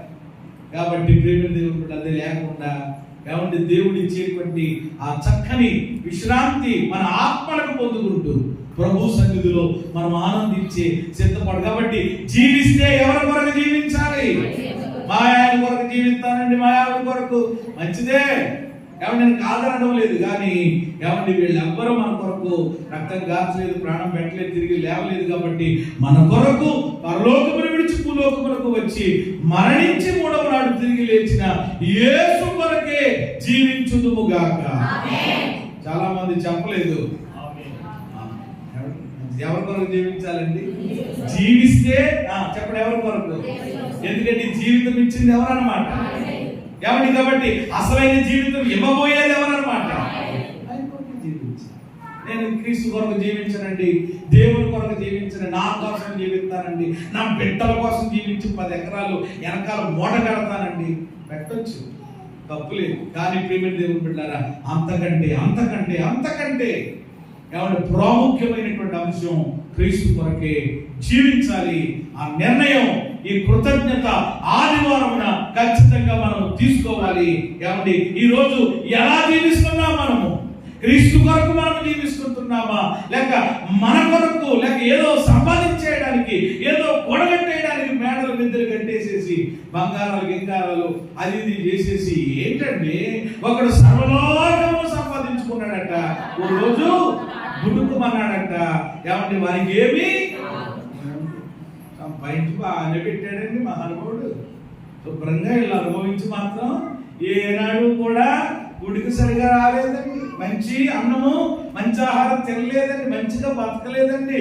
వీళ్ళకి శుభ్రంగా ఈ పాపాత్ములందరికీ దుర్మార్గులందరికీ మాత్రం బాగా పోగేసి వెళ్ళాడండి. ఎంత పొగుడుతారంటే ఇంకా అంత పొగుడుతారు చాలా మంది. కాబట్టి జీవితం అర్థం తెలుసుకో, సరిపోయింది. ఇంకా మన నెత్తి మీద నుంచి దినాలు వెళ్ళిపోతున్నాయి కదా. ఏమండి వెళ్తే ఏంటి, వెళ్ళకపోతే ఏంటి అని అనుకుంటున్నావు. కథ తర్వాత ప్రారంభమవుతుంది. ఆ కథ అక్కడ ప్రారంభం అవ్వాలి అంటే అక్కడ యుగాలు జీవించాలండి. ఇక్కడ పొద్దుపాటి జీవితమైన ప్రభు కొరకు ఏం చేయాలి, ఎలా జీవించాలి? అందరూ కూడా ఆమె చెప్పారు, స్తోత్రాలు చెప్పారు, హల్లెలూయా చెప్పారు, మంచిదే. ఎలా జీవించాలో కూడా పరిశుద్ధాత్ముడు రాయించాడు. నేను ఎక్కువ వివరించిన టక్క కొన్ని మాటలు చెప్పేస్తాను, రాసుకోండి, చక్కగా ధ్యానం చేయండి. తర్వాత నెంబర్ 1 ఏమండి మనము ఎలా జీవించాలని దేవుడు కోరుకుంటున్నాడు. 104కి ఇదంతా మనం జీవించినంత కాలం జరగాలి. ఇది మళ్ళా మనము అక్కడికి వెళ్ళే వరకు, ఈ తుది శ్వాస విడిచే వరకు జరగాలి ఇది భూమి మీద. ఈ 5 మాటలు గుర్తుపెట్టుకోండి. మీరు త్వరగా చెప్తాను. నెంబర్ 1 మొట్టమొదటిది ఎలా జీవించాలి అని అంటే 104:33 చదివే వాళ్ళు కూడా ఫాస్ట్గా 104:33 నా జీవిత కాలమంతయు నేను యెహోవాకు కీర్తనలు పాడెదను, నేనున్నంత కాలము. అది ఇక్కడ ఇక్కడ దావీదు అంటున్నాడు, ఏ ఏ ఏ కాలం అంట? నా జీవిత కాలం అంతయు నేనేం చేస్తాను? యెహోవాకు కీర్తనలు పాడతాను, నేను ఉన్నంత కాలము. కాబట్టి నెంబర్ వన్, మొట్టమొదటి మాట ఏంటంటే జీవితాంతము చెప్పండి మనం ఏం చేయాలి? స్తుతించాలి. చెప్పండి దేవుడిని ఏం చేయాలి? అది స్తుతి ఆగింది అని అంటే మనం లేవని అర్థం చేసుకోవాలన్నా. ఊపిరి ఆగితే స్తుతి ఆగితే. అందుకని చూడండి, కొంతమంది గొంతుని జ్ఞాపకం చేసుకుంటాం. ఒక పేటలో ఉండేవాడు ఇప్పటికీ కూడా నాకు బాగా ఏమండి ఆయన మనసులో ప్రింట్ అయిపోయి ఉంటాడు అనమాట. చాలా అద్భుతంగా పాడేవాడు. ఎక్కడికి వెళ్ళే గారు ఏ కూటం పెట్టి ఆయన వస్తే తప్పకుండా ఏమన్నా ఆయనకి మైక్ ఇచ్చేవాడు. యోహాన్ అని ఆయన పేరేంటి? యోహాన్ అని. ఏమంటే చాలా అద్భుతంగా మంచిగా ఆ పాట ఆయన స్వరం ఇప్పటికీ కూడా నాకు జ్ఞాపకంగా ఉంటుంది అనమాట. అంటే ఆ చివరి వరకును కూడా చెప్పండి ఆయన ఏం చేస్తూ ఉండేవాడు అంటే ప్రభువుని అలాగూ స్తుతిస్తూ ఉండేవాడు. ఇలా ఉన్న మనము జీవిత కాలం అంతా కొంతమంది అనుకుంటారనమాట, ఏంటి అస్తమాట ప్రార్థన లేనా, అస్తమాట ఆరాధన, అస్తమాట అంటే బతుకున్నాం కాబట్టి, జీవిస్తున్నాం కాబట్టి. పోతే ప్రిపేర్ వేరే పరిస్థితి. దావీదు ఏమంటున్నాడు? నా జీవిత కాలం అంతయు నేను ఉన్నంత వరకు అన్నాడు. దేవునికి స్తోత్రం. ఆడపాడమంటే ప్రేమించేదా యేసురాజా, నిన్నే ప్రేమించేదా, ప్రేమించేదని సాగతీసి ఎప్పటిదాకానే నా ప్రాణము ఉన్నంత వరకు నేను మట్టిలోనికి మహిమలోనికి అని అంటాం. కానీ ఏ కొట్టానికి కనబడవు నీ బతుకెట్టుకుని ప్రియమైన దేవుడు. ఎప్పుడు ఈ ఆదివారం కూడా కనబడడానికి మాత్రం అలాగే చాలా కష్టంగా, చాలా ఇదిగా, ఏమంటే చాలా నీరసంగా, ఏమంటే పెళ్లికి వెళ్ళినప్పుడంతా ఉండేటువంటి ఆ విధానం ఏమి ఉండదు. ఎప్పుడో ఉసూరు అంటున్నారు అనమాట అండి. పాటలన్నీ అయిపోయిన తర్వాత, పశ్చాత్తాప ప్రార్థన అయిపోయిన తర్వాత నాకు ఏ వద్దులేని అలాగా ఊడిపడేటువంటి ఆ పరిస్థితి ఏమంటే మారకపోతే ఎలాగా? పాట అయితే ప్రాణం ఉన్నంత వరకు మట్టిలోనికి. అందుకని అలాంటి పాటలు ఈ మధ్య మీరు వింటున్నారు లేదు, పాడలేదు. ఎందుకంటే వాడి మళ్ళీ అబద్ధాలు ఎందుకు పాడించాలని ఇంకని చెప్పి నేను కూడా మానేశాను అనమాట. మళ్ళీ ప్రేమించేదని అధికముగా నిన్ను అన్ని అన్ని అని చాలా నిజంగా. ఎందుకంటే బతుకులో లేని జీవితంలో లేని పాట ఎందుకు మన యొక్క మాట మన ఏమంటే రావాలి. కాబట్టి ప్రేమ దేవుని పిల్లరా, నెంబర్ వన్ గుర్తు పెట్టుకోండి, ఏమంటే మనం యేసయ్య కొరకే జీవించాలి. జీవించడం అంటే జీవితాంతం చెప్పండి ఏం చేయాలి? స్తుతించాలి. 146వ కీర్తన 1-2 వచనాలు కూడా దాన్ని నోట్ చేసుకోవచ్చు. 146 1-2 వచనాలు, యెహోవాను స్తుతించుడి నా ప్రాణమా, యెహోవాను స్తుతించు నా జీవిత కాలమంతయు. ఏ కాలమంతయు? జీవిత కాలమంతా దేవుడు స్తుతించాలి. జీవితాంతం అని అంటే జీవితం అంతా ఒకేలా ఉండదు. జీవితం అంతా ఎప్పుడు ఒకేలా ఉండదు అనమాట. జీవితంలో ఎత్తు పల్లాలు ఉంటాయి. జీవితంలో ఎవరి సుఖ దుఃఖాలు ఉంటాయి. అంటే కష్టమైనా, నష్టమైనా, శ్రమైనా, ఇబ్బంది అయినా, ఇరుకైనా, అవమానమైనా, ఇంకోటైనా ఏదైనా జీవితాంతము కూడా చెప్పండి ఏం చేస్తూ ఉండాలి? స్తుతిస్తూనే ఉండాలి. ఆమేన్ చెప్పండి అందరూ. హల్లెలూయా. కాబట్టి నెంబర్ వన్, మొట్టమొదటిగా జీవితాంతం దేవుడిని ఏం చేయాలి? మరి ఎంతవరకు మీరు దేవుడిని స్తుతిస్తున్నారో, ఏమని కృతజ్ఞత ఆదివారం రోజునాడైనా ప్రభువా ఈ యొక్క నాకు ఆరోగ్యాన్ని ఇచ్చి ఆయుష్నిచ్చి మరొక దినాన్ని నా బ్రతుకులో ఇచ్చావయ్యా, మరో సంవత్సరాన్ని ఇచ్చావు అయ్యా, నీ యొక్క సన్నిధిలో నేను స్తుతిస్తూ ఉంటానయ్యా, నేను ఆరాధిస్తూ ఉంటానయ్యా అని చెప్పి ఓ మంచి తీర్మానం మనం చేద్దాం. ఇంకా చాలా విషయాలు ఉన్నాయి, నేను అక్కడితో ముగిస్తున్నాను. రెండవది జీవితాంతము. 1 స్తుతించాలి, 2 ప్రార్థించాలి. 116వ కీర్తన 1-2 వచనాలు.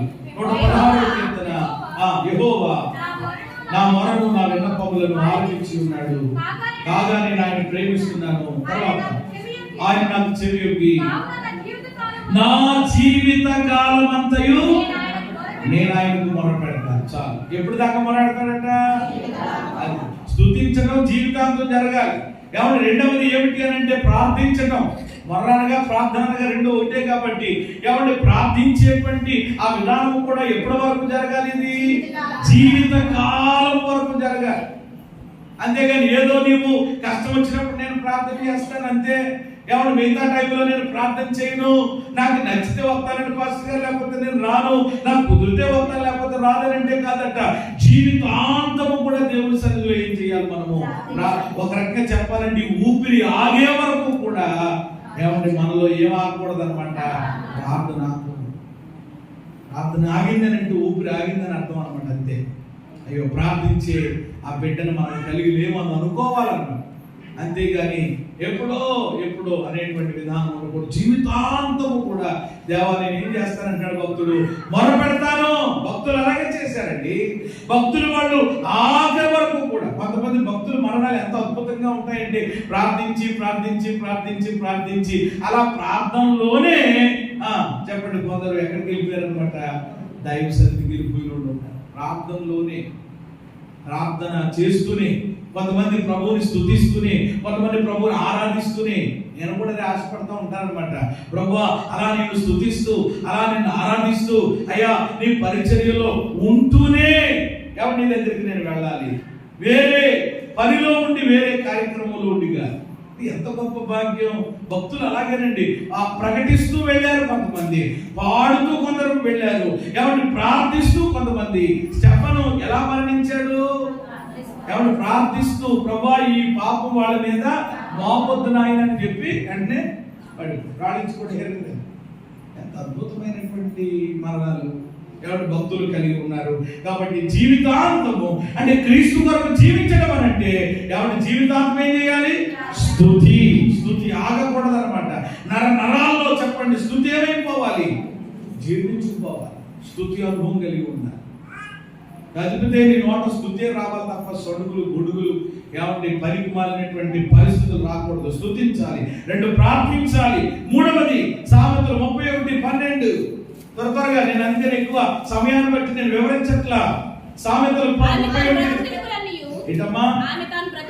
ఆమె తాను బ్రతుకు దినములన్నీ మేలే చేయును గాని కీడు చేయదు. ఆవిడ ఒక ఆవిడ గురించి అక్కడ ఉంటుంది. గుణవతి అయిన, జ్ఞానం కలిగిన, భయభక్తులు కలిగిన, కొనియాడదగిన స్త్రీ గురించి చాలా మాటలు ఉంటాయి. అందులో ఒకటి ఏమిటి అని అంటే, ఆమె చెప్పండి ఏం చేస్తాదంట? ఎవరు మేలే చేస్తారు కానీ. కాబట్టి జీవితాంతము గుర్తుపెట్టుకోండి, 3వది మేలే చెయ్యాలి. అమ్మా మనం ఏం చేయాలండి? మేలు చేయాలి. మనందరికీ తెలుసు కదా. ఏమంటే 3 విషయాలు దీని గురించి ఎప్పుడు నేను చెప్తా ఉంటాను. ఏమంటే మా మనుషులుగా ఈ 3 ప్రతి ఒక్కరు గుర్తించాలన్నమాట. మన స్వభావాలు ఎలాంటివో తెలుసుకోవాలన్నమాట. మానవ స్వభావం ఎలాంటిది? అసలు మనిషి స్వభావం ఎలాంటిదండి? మేలు చేసే విషయంలో మనిషి స్వభావం ఎలాంటిది అని అంటే, మేలు చేసిన వారికి మేలు చేయడం ఏ స్వభావం? కొంతమంది అది కూడా లేని వాళ్ళు ఇక్కడ ఉన్నారనమాట. మరి మీరు జంతు స్వభావం ఏమో. ఎవరు మిమ్మల్ని అడవులు పంపించేయాలన్నమాట. ఇక ఈ సాయంత్రం అన్నం తినేయండి, మధ్యాహ్నం మీకు ఒక ఏదైనా వ్యాన్ పురమించారు బాబు, డబ్బులు నేను పెట్టుకుంటాను, అవసరమైతే తోసేద్దాం పట్టుకెళ్ళి రామచోడవరంలోనో మారేడు మిల్లు ఎక్కడో దూరం తోసి. ఎవరు మేలు చేసిన వారికి, ఎవరు మేలు చేసి ఎవరు చేయడం అంటే ఏ స్వభావం? మానవ స్వభావం. దేవునికి స్తోత్రం కలిగినగా. నువ్వు కూడా అదేనా? అంటే ఎవరైనా మనకు మేలు చేశారు, తిరిగి మళ్ళీ మనం ఏం చేసాం? అట్టెట్టినోడికి ఏం పెట్టాం? అట్టున్నారు పెట్టాం. ఏమంటే ఏదో వేసినోడికి ఇంకోటి వేసేసాం. ఏమంటే 1 బూరు ఇస్తే 2 బూర్లు ఇచ్చాం. 50 రూపాయలు కట్టిన ఇస్తే 100 రూపాయలు వేసాం. కాబట్టి మొత్తం అంటే ఎవరికి ఏం ఉండకూడదని, బాకీ లెచ్చ ఉండకూడదని మేలు చేసిన వాళ్ళకి మేలు చేయడం ఏ స్వభావం? దేవుని కృపను బట్టి అందరికి ఉన్నది. అంటే ఎందుకంటే మనం అందరం ఎవరు కాబట్టి? మనుషులు కాబట్టి. దేవుళ్ళు కాదు, మనుషులు కాబట్టి. కాబట్టి జంతువులు అయ్యి అంటే మనం వేరు అనుకోవచ్చు. ఇది అయితే ఇంకొక విషయం ఏమిటి అని అంటే, మేలు చేసినటువంటి వారికి మేలు చేయడం మనిషి స్వభావం అయితే, ఏమంటే కీడు చేసిన వారికి కీడు రెండవ మాట నేను చెప్తా ఉంటున్నాను. అదేంటంటే మేలు చేసినటువంటి వారికి కూడా కీడు చేయడం అనేది ఇది ఎవరి స్వభావం అంటే సాతాను స్వభావం. ఎవరికి మేలు చేసిన వారికి ఏం చేయడం అన్నమాట? అది ఎవరి స్వభావం? సైతాన్ గారికి అదే ఉందన్నమాట. ఏమంటే నిజంగా ఓ రకంగా చెప్పాలంటే సైతాను కూడా దేవుడు ఏం చేశాడు? ఎంతో మేలు చేశాడు. అసలు సాతాను అంటేనే ఫస్ట్ ఎక్కడ ఎవరు అని అంటే అతడు ఒక అద్భుతమైనటువంటి ప్రధాన దూత, ఎవడు గొప్ప ఆరాధికుడు. కానీ ప్రియమైన దేవుని బిడ్డలారా, అంత ఉన్నత స్థితిలో దేవుడు పెట్టిన చెప్పండి ఎలాంటి వాడు అంటే దేవుడికే ఏం పెట్టాలనుకుంటాడు అనమాట. 100 మంది ఉంటారనమాట మేలు చేసినటువంటి వారికి. అందుకనే ఈరోజు అక్కడ త్రోయబడ్డాడు కాబట్టి ఈరోజు చాలా మందికి అలాంటి స్వభావాలు వచ్చేస్తున్నాయి. ఎంతో మేలు చేశారు ఎవరో, మరలా వాళ్ళకి చేస్తే మేలు చేయాలి తప్ప ఏం చేయకూడదండి, వీడు చేయకూడదు. అలా చేస్తే ఎవరి స్వభావం అనమాట. బైబిల్ అలాంటి సాతాను స్వభావం కలిగిన వ్యక్తులు చాలా మంది ఉన్నారు. అలాంటి పరిస్థితి మనం కలిగి ఉండకూడదు. మనం కలిగి ఉండవలసిన స్వభావము, ఆఖరి స్వభావం ఏమిటి అని అంటే కీడు చేసిన వారికి సైతం మేలు చేయడం. అది దైవ స్వభావం. హల్లెలూయా. ఏం చేసిన వారికి చాలా కీడు చేశారు, అయినా నువ్వేం చేయాలి? యేసయ్య ఏం చేశాడు? అదే కదా చేస్తా. ఆయనకి ఎంతో కీడు, ఎంతో బాధ, ఎంతో చేశారు, అయినా దేవుడు వాళ్ళకేం చేశాడు? ఆ స్వభావాన్ని ఈ రోజు మనం కలిగి ఉండాలి. నిజంగా ఆ స్వభావాన్ని బైబిల్లో చాలా మంది వ్యక్తులు ఉంటారు చెప్పడానికి. అందులో ఎగ్జాంపుల్ గా మనం చెప్పుకోవాలి అని అంటే మొదటిగా ఎవరు వస్తారనంటే యోసేపు వస్తాడు. యోసేపు వస్తాడు. దానికి ఎందుకు యోసేపు ఏమండి మరి తన అన్నయ్యలు యోసేపుకి ఏం చేశారు చెప్పండి? చాలా కీడు చేశారు. కానీ ఆయన ఏం చేశాడు? బహు ప్రజలు బ్రతికినట్లు దేవుడు మనకు మేలుకే చేశాడు రా నాయన అని చెప్పి చివరిలో తన అన్నయ్యలందరినీ కూడా ఏం చేశాడు? ఆదరించాడు. వాళ్ళతో ప్రేమగా మాట్లాడాడు, వాళ్ళని పోషించాడు. ఎంత అద్భుతం అండి! అది ఎవరి స్వభావం అన్నమాట. అందుకని చాలా సంవత్సరాల కిందట యోసేపులో యేసయ్య అనే వర్తమానం నేను చెప్పాను. దేవునికి స్తోత్రం కలిగింది. మందిరం కట్టినప్పుడేనేమనుకుంటాను యోసేపులో ఎవరన్నమాట అంటే ప్రతిదీ కూడా యేసయ్యకి అన్వయిస్తూ కాబట్టి యేసయ్యలో ఉన్న సుగుణాలు యోసేపులో జ్ఞాపకం చేస్తూ ఆ వర్తమానం ఎప్పుడో చెప్పాను. కాబట్టి ఈరోజు ఆ స్వభావం అనుకుంటారు. రెండవది ఎవరు వస్తారు అని అంటే దావీదు కూడా ఏమండి మరి నిజంగా సౌలుకి ఏమండి ఎంతో ఏమండి ఏం చేశారనమాట, మేలు చేశాడు ఆ కుటుంబానికి. కానీ రివర్స్ లో చెప్పండి సౌలు ఏమండి దావీదుకి ఏం చేశారనమాట? చాలా ఇంకా చాలా మంది ఉన్నారు. లిస్ట్ అవుట్ చేస్తే దావీదు జీవితంలో చాలా మందికి ఈయన మేలు చేశాడు, కానీ ఆయనకి మాత్రం వాళ్ళు చాలా మంది కీడు చేసినటువంటి వారు. ఈ రోజు ప్రియమైన దేవుని బిడ్డలారా, మన యొక్క జీవితంలో ఎవరి యొక్క అనుభవాన్ని కలిగి ఉండాలి. నీకు ఎవరైనా కీడు చేస్తున్నారా, నిన్ను ఎవరైనా ఇబ్బంది పెడుతున్నారా, అవసరమైతే వాళ్ళ కొరకు మనం ఏం చేయాలన్నమాట? మేలే చెయ్యాలి. అదే ప్రార్థన అయినా ఇంకోటైనా కానీ ఏం చేయకూడదు. అంతేగాని ప్రభా వాళ్ళు నన్ను ఎలాగంటున్నారు అలాగంటున్నారు, వాళ్ళు తీసేస్తావా లేకపోతే పొడి చేస్తావా, అది చేస్తావా, ఇది చేస్తావా అనే ప్రార్థనలు మనం చేయకూడదు. అవి దేవుడు నువ్వు చేసినా ఏం చేయడు దేవుడు? ఎండ అంతే, నువ్వు చేసేసినా వెంట ఆయన. కాబట్టి ఈరోజు ప్రియమైన దేవుడు కూడా ఏ స్వభావం అనుకుంటే మనకి కాబట్టి ఈరోజు దైవ స్వభావంలోకి మనం మార్చబడుతున్నామా? కాబట్టి జీవితాంతము ఎవరికైనప్పటికీ కూడా ఆఖరికి మనకి కీడు చేసిన వారికి కూడా ఏం చేయాలి? మేలు చేసే ఆ మనసు ఎప్పటిదాకా ఉండాలి? జీవితం చెప్పుకోవాలన్నమాట. మనం లేకపోతే ఎంత చాలా లేదండి బాబు, అయినా కానీ వాడు అలా లేదండి బాబు, అయినా కానీ తిరిగి వాళ్ళని చాలా ప్రేమించిందండి, తిరిగి వాళ్ళని చాలా చూసిందండి అని ఇలా మాట్లాడుకోవాలి తప్ప వేరే రీతిలో మాట్లాడుకుంటే మన జీవితం యొక్క వైభవం సరిగా లేదని మనం అర్థం చేసుకోవాలి. కాబట్టి మొదటిది దేవుడు ఏం చేయాలి? జీవితాంతం స్తుతించాలి. రెండవది ఏం చేయాలి? మూడవది ఏం చేయాలి? మీరు నాలుగవది 27వ కీర్తన 4వ చరణం ముగింపుకు వస్తున్నాను. ఇంకొక మాట చెప్పి నేను ప్రార్థన చేస్తాను. 27:4 యెహోవా యొద్ద వరమడిగితిని, దాన్ని నేను వెతుకుచున్నాను. యెహోవా ప్రసన్నతను చూడాలని, ఆయన ఆలయములో ధ్యానించుటకు నా జీవిత కాలమంతయు నేను యెహోవా మందిరములో నివసింపగోరుచున్నాను. చాలు. ఎప్పుడు దాకా ఉండాలనుకుంటున్నాడట? అయ్యా వారానికి ఒకసారి టైం ప్రభు, వారానికి 2 సార్లు అయిన టైం ఆయన, నెలకోసారి అయినా, సంవత్సరానికి ఒకసారి అయినా అంటలేదు. నా జీవిత కాలం అంతయు ఎక్కడ ఉండాలనుకుంటున్నాడట? దేవుని మందిరంలో జీవించాలనుకుంటున్నాడట, నివాసం చేయాలనుకుంటున్నాడట. అది దేవుణ్ణి ఎలాగడిగాడట? ఒక వరముగా అడిగాడట. చెప్పండి, ఎలాగడిగాడు? యెహోవా యొద్ద ఒక వరం అడిగితిని. ఏంటా వరం అంటే, ప్రభువా జీవితాంతం నేను ఎక్కడ ఉండాలి నాయన? ఈ సన్నిధిలో, మందిరంలో ఉండాలి. కాబట్టి జీవితాంతము నాలుగవది దేవుని మందిరంతో సంబంధం కలిగి ఉండాలి. దేవుని మందిరంతో సంబంధం. మనకు ఉంటే సంబంధం ఎక్కువ ఎవరితో ఉండాలన్నమాట? దేవునితో. చెప్పండి, దేవుని మందిరముతో, దేవుని ప్రజలతో ఉండాలి. దేవునికి స్తోత్రం చెప్పండి. ఏదో ఉంది మీలో, ఈ మూడింటిలో ఏదో ఉంది. కొంతమందితో ఎవరితో ఉంటది అని అంటే దేవుడితో ఉండదు, అసలు సైతాన్ గారితో. రెండవది ఎవరితో అని అంటే మందిరంతో కాదు, కొన్ని ఉంటాయి ప్లేసులు. ఎవరితో అంటే దేవుని ప్రజలతో కాదు, ఎవరెవరితోటో.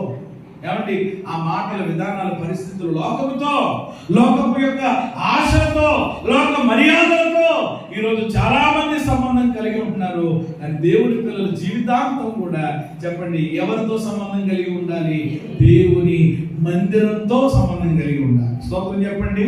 అందుకని 23వ కీర్తన 6వ వచనంలో ఏమన్నాడు? చిరకాలము. ఏ కాలం అంట? చిరకాలం అంటే బ్రతికినంత, జీవించినంత కాలం. ఎక్కడ ఉంటాను ప్రభా అన్నుండి ఆయనే అలా అనుకుంటే ఏమి లేని ఏకలతో అనుకుంటున్నా మనం కూడా ఆ అనుభవం లేకపోతే ఎలాగ ఆలోచించి అన్నున్న ఆయనే మందిరంలో ఉండిపోవాలనుకుంటున్నాడు. అన్ని సౌకర్యాలు, అన్ని సంపదలు, అన్ని సుఖాలు, అన్ని భోగాలు ఉన్నటువంటి దావీదే మందిర పరమం కలిగి మందిరంలోనే ఉండిపోవాలనుకుంటుంటే ఈరోజు సామాన్య జీవితాన్ని వెళ్ళబుచ్చుతున్నటువంటి మనము ఆ మందిరంతో సంబంధం లేకపోతే ఎలాగండి? ఆలోచన చేయండి. కాబట్టి ఒకటి స్తుతించాలి జీవితాంతం, రెండు జీవితాంతం ప్రార్థించాలి, జీవితాంతము అందరికి మేలే చేయాలి చేతనైతే. నాలుగవది దేవుని మందిరంతో, దేవుని మందిరంతో కనెక్ట్ అయిపోయి ఉండాలన్నమాట. అయ్యో ఎంత ఆసక్తి అనుభవం. ఒక్క వారం కూడా దేవుని మందిరాన్ని మానేది కదా, ఒక్క ఆదివారం కూడా మందిరానికి మానేవాడు కాదు కదా. ఆయన ప్లేస్ ఎక్కడ ఉంటుంది అదిగో, ఆమె ప్లేస్ ఎక్కడ ఉంటుంది అదిగో. నిజంగా అని ఈరోజు ప్రియమైన దేవుని బిడ్డలారా, నీవు లేని ఆ లోటు తెలియాలి తనకి. అందుకని కదా కొంతమంది గురించి చాలా బాధపడిపోతూ ఉంటారు. అయ్యో సమయానికి వచ్చేసి అన్నయ్యానికి అక్కడే దేవుడు ఎంతగా ప్రార్థన చేసి చూసారా అంటే మందిరంతో చెప్పండి ఏముందనమాట? ఆ కనెక్టింగ్ కొంతమంది ఉండదనమాట. అందుకని పెద్ద బాధ ఉంటుంది, ఇంకా పెద్ద ఇది ఉండదు అనమాట. ఆ గొడవలో కూడా పెద్ద ఉండదు. ఎంత వెళ్ళామో, మొత్తం పెట్టామో, 2 పాటలు పాడామో, కట్టేసామో, వాళ్ళు ఏదైనా పెడితే తినేసి వచ్చి అయిపోయింది అంతే. లేదనంత విధానం. ఈరోజు మందిరంతో ఆ పెనవేసుకున్నటువంటి సంబంధం అసలు ఏ ప్రార్థన రెగ్యులర్ గా ఏ నియమక కూటానికి కూడా మానేది కాదండి. ఎంతో చాలా దేవుని ఆసక్తితో దేవుళ్ళు అనే ఆ సాక్ష్యం ఈరోజు భూమి మీద మిగిలిపోవాలి. మనుషులు అలా ఉందా? చివరి మాట 5వ మాట చెప్పి నేను ముగిస్తున్నాను, ప్రార్థన చేస్తాను, వివరించను. మొదటి సమయాలు 1:28, మొదటి సమయాలు 1:28 ఇలా రాయబడి ఉంది, చదవండి. కాబట్టి యెహోవాకు ప్రతిష్ఠించుచున్నాను. బ్రతికే దినములన్నీ వాడు ఎవరికి ప్రతిష్ఠుడు? మనందరికీ తెలుసు కదా. అన్న దేవుడు ఇచ్చినటువంటి బిడ్డను తీసుకుని ఎక్కడికి వెళ్ళింది? దైవ సన్నిధికి వెళ్ళింది. ఆ బిడ్డను ఏం చేసిందంట? దేవునికి ప్రతిష్ఠించిందంట. ఎంత అద్భుతం చూడండి. ఇదిగో ఇతడు ఇంకా దేవునికి సంబంధించిన వాడు, ఈ బిడ్డ దేవునికే ప్రతిష్ఠితుడు అని చెప్పగానే వెంటనే వాడు ఏం చేశాడట? అక్కడే మొక్కేశాడటండి. వాళ్ళ అమ్మ ఏమి ట్రైనింగ్ ఇవ్వలేదు. నేను ప్రతిష్ఠితుడు, దేవుడికి నువ్వు ప్రతిష్ఠించబడ్డావు అంటాను, వెంటనే మోకాళ్ళు వేసి అని ఇంటి దగ్గర ఏమి చెప్పలేదు. కాబట్టి దేవునికి ప్రతిష్ఠించుకుంది. వెంటనే అతడు దేవుడి దగ్గర మొక్కాడు.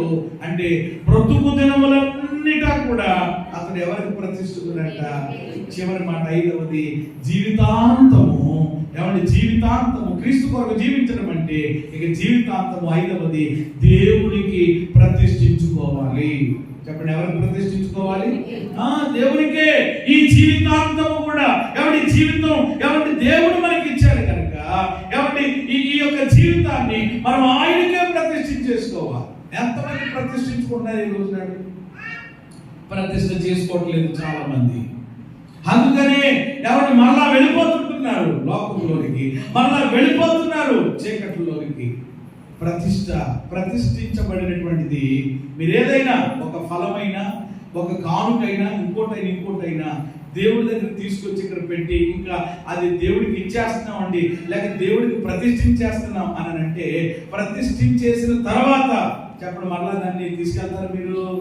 మళ్ళీ దాని వైపు చూస్తారా అసలు అని? దాని గురించి అడుగుతారా? లేదు, ఎందుకంటే ఆల్రెడీ ఏమైపోయింది, అది ప్రతిష్ఠితం అయిపోయింది. ఇక ఎవరికి దేవుడికి ఇచ్చేసినటువంటిది. అందుకనే పాట పెట్టుకునేటప్పుడు కొంతమంది ఆ మాట ఖచ్చితంగా ఉపయోగిస్తారనమాట. నేను ఒకవేళ ఇంకా దేవుడికే ప్రతిష్ఠుడండి అని అంటే ప్రార్థన చేసి ఉంచేస్తాం అనమాట. ఇక్కడ మందిరంలో ఉంటాడు, కానీ అలా కాదు అయ్యా మేము ఎలాంటి వాళ్ళు అని అంటే మళ్ళా కొంచెం బేరం అయి ఉంటాయి కదా మా దగ్గర, అందుకని దేవుడికి ఇచ్చేసి మళ్ళీ ఏం చేస్తున్నామంటే మళ్ళీ తిరిగి కొనుక్కుంటున్నామండి, మళ్ళీ అది చేస్తున్నామండి ఇది చేస్తున్నామండి అని ఏదో మొత్తం మీద చూసారా ప్రతిష్టం అని అంటే చెప్పండి ఇంకేంటనమాట. ఇప్పుడు ఉదాహరణ నా చేతిలో ఏముంది, మైక్ దేవునికి ఏమైపోయింది ప్రతిష్టం. అందుకని ఇంకా ఇదేం చేస్తుంది అనమాట. ఇంకా ఒకవేళ నేను లేకపోవచ్చేమో కానీ ఇంకొకరు రావచ్చు ఎవరు వచ్చినా కానీ ఇది మాత్రం ఏమవుతా ఉంటది అనమాట, దేవుడి కొరకు అలా వాడబడుతూనే ఉంటది. దేవుడి స్తోత్రం చెప్పండి. అలాగే మనం కూడా దేవుడికి ఏం చేసేసుకోవాలి, ప్రతిష్ఠించేసుకోవాలి. ఏమంటే అన్న తన బిడ్డను ప్రతిష్ఠించినప్పుడు వాడు బ్రతుకు దినములన్నీట చెప్పడు ఎక్కడ ఉన్నాడట, మందిరంలోనే ఉన్నాడు, ఎక్కడికి రాలేదు. కాబట్టి ఈరోజు అనుభవం మన దగ్గర ఉందా? ఈ కొద్దిపాటి జీవితం ఈ భూమి మీద ఇలాగున జీవిస్తే ఎలాగునా 5 మాటలు చెప్పాను ఇక్కడ. మొదటిగా జీవితాన్ని ఏం చేయాలి, ఆత్మ అంటే కుదరదండి అంటే కాదు, జీవితాన్ని బతుకున్నామని బట్ట కట్టావు కాబట్టి, బైబిల్ చేత పట్టావు కాబట్టి, ఇంకా ఏమంటే పోయేదాకా ఈ లోకం నుండి వెళ్ళేదాకా ఇంకా స్తుతించడమే కూటం మీద కూటం, ప్రార్థన మీద ప్రార్థన, ఆరాధన మీద ఆరాధన వస్తానే ఉంటాయి. ఇక జీవించే కాలం అంతా కూడా మనం దేవుడిని ఏం చేస్తూ ఉండాలి, స్తుతిస్తూనే ఉండాలి. రెండవది ప్రార్థిస్తూనే ఉండాలి. మూడవది మేలు చేస్తూనే మనం ఉండాలి. నాలుగవది దేవుని మందిరముతో సంబంధం కలిగి ఉండాలి. మనమే దేవునికి ఇలాగున చేస్తే అది ఎవరిని జీవించువాడు ఇక మీదట తమ కొరకు మరణించి తిరిగి లేచిన వారి కొరకే జీవించాలి అని అంటే, జీవించడం అంటే ఇలా జీవించాలన్నమాట. ప్రభువా నిన్నే స్తుతిస్తానయ్యా, నిన్నే ప్రార్థిస్తానయ్యా, అయ్యా నీకే నేను మొరపెట్టుకుంటానయ్యా, నీ పాదములే నేను పట్టుకుంటానయ్యా. వీలైతే సత్యమైతే ఎవరికైనా కానీ ఆఖరికి నాకు కీడు చేసిన వాడికి కూడా నేను మేలే చేస్తానయ్యా, వాళ్ళ క్షేమం కోసం ప్రార్థనే చేస్తాను ప్రభువా. వేరే విధానంలో నేను ఉంటానయ్యా. అయ్యా నీ మందిరంతో నేను సంబంధం కలిగి ఉంటానయ్యా. నా జీవితాన్ని, నా ప్రాణాత్మ శరీరములను నీకు ప్రతిష్ఠించేసుకుంటున్నానయ్యా అని చెప్పి ఈ 5 అనుభవాలు కలిగి ఉంటే ఏమండి ఈ భూమి మీద ఏమండి కొద్దిపాటి జీవితంలో మనం ఏమి కలిగి ఉంటున్నట్టు సిద్ధపాటు కలిగి ఉంటున్నట్టు. చెప్పండి ఏం కలిగి ఉంటున్నట్టు? ఈ 5 లేనోడికి ఏమి లేదనమాట. చూద్దాంలే అలాగే చెప్తూ ఉంటాడు, అది అన్ని చెప్తే పోని అనుకోవచ్చండి. నరకం అంట, పరలోకం అంట, వెళ్ళిన తర్వాత చూద్దాంలే అంటారు. ఇంకెళ్ళిన తర్వాత చూసేది ఏమి లేదు నరకంలోకి వెళ్ళిన తర్వాత. కాబట్టి ఈ జీవితాన్ని దేవుడు మనకి వాళ్ళు మాట్లాడారంటే మనకు అర్థం లేదు. వాళ్ళు మాట్లాడారంటే ఒకవేళ వాళ్ళకి విషయం తెలియలేదు, సత్యం బాధపడలేదు కాబట్టి మాట్లాడారు. లోకంలో కూడా అలాంటి మాటలు మాట్లాడితే ఏమండి దేవుడు ఎలా ఉన్న దానిని ఏమన్నా ఆయన సహిస్తాడు, ఒప్పుకుంటాడు. కాబట్టి ఇది చాలా చిన్న జీవితం. మనిషి యొక్క జీవితం ఎలాంటిదో అలానే మనం చూసేసాం. దైవజనుడు మోసే చేసిన ప్రార్థన, మాకు జ్ఞాన హృదయము కలిగించి మా దినములు లెక్కించడం మాకు నేర్పు. చాలా అల్పమైనది, స్వల్పమైనదండి. ఏమండి ఎప్పుడు ఏ విధంగా మనము ముగిస్తాం మనకు తెలియదు. కాబట్టి ఏమంటే అసలైనది అక్కడ ఉంది, పర్మనెంట్ అక్కడ ఉంది, స్థిరమైనది అక్కడ ఉంది, శాశ్వతమైనది అక్కడ ఉంది, ఆశీర్వాదకరమైనది అక్కడ ఉంది. అక్కడ మనం అడుగు పెట్టడానికి కొద్దిపాటి జీవితంలో, ఈ చిన్నపాటి జీవితంలో ఏమండి ఈ సంకుచితమైనటువంటి జీవితంలో సిద్ధపాటు కలిగి ఉందాం. ఏమన్నా జీవిస్తే ఏమన్నా మనం ప్రభు కొరకే బ్రతకాలి, అసలు జీవించాలి. ఇంకా నేను వాళ్ళ కోసం వీళ్ళ కోసం అనడానికి అసలు అవకాశం లేదు. ఎందుకంటే వాళ్ళు నీ కొరకు రక్తం కార్చలా, వాళ్ళు నీ కొరకు ప్రాణం పెట్టలేదు, వాళ్ళు నీ కొరకు తిరిగి లేవలేదు. వాళ్ళు వచ్చి ఏమంటే నిన్నేమి పరలోకాన్ని తీసుకెళ్ళలేదు. అసలు ఆడికెళ్ళేను ఇంకా వాళ్ళే చేయగలుగుతారండి. అన్నీ చేసినవాడు ఆయన కాబట్టి, వచ్చి మనం అక్కడ తీసుకెళ్ళగలిగిన వాడు ఆయన కాబట్టి ఏమండి ఆ బ్రతికితే జీవిస్తే ఇక ఆయన కొరకే మనం ఏం చేయాలి, జీవించాలి. ఒక నోటి పెదవులతో చెప్పేసి కుదరదు. ఇదిగో ఎలా జీవించాలో ఏమండి దేవుడు 5 విషయాలు దేవుడు మన ముందు పెట్టాడు. ఏమండి జీవితాంతం కూడా ఈ 5 అనుభవాలు తప్పకుండా మనం కలిగి ఉందాం. నిత్య జీవంలో యుగయుగాలు ఆయనతో పాటు జీవిద్దాం. అలాంటి కృప, అలాంటి అద్భుతమైనటువంటి నిత్య రాజ్య ప్రవేశం మనందరికీ ప్రభు అనుగ్రహించును గాక.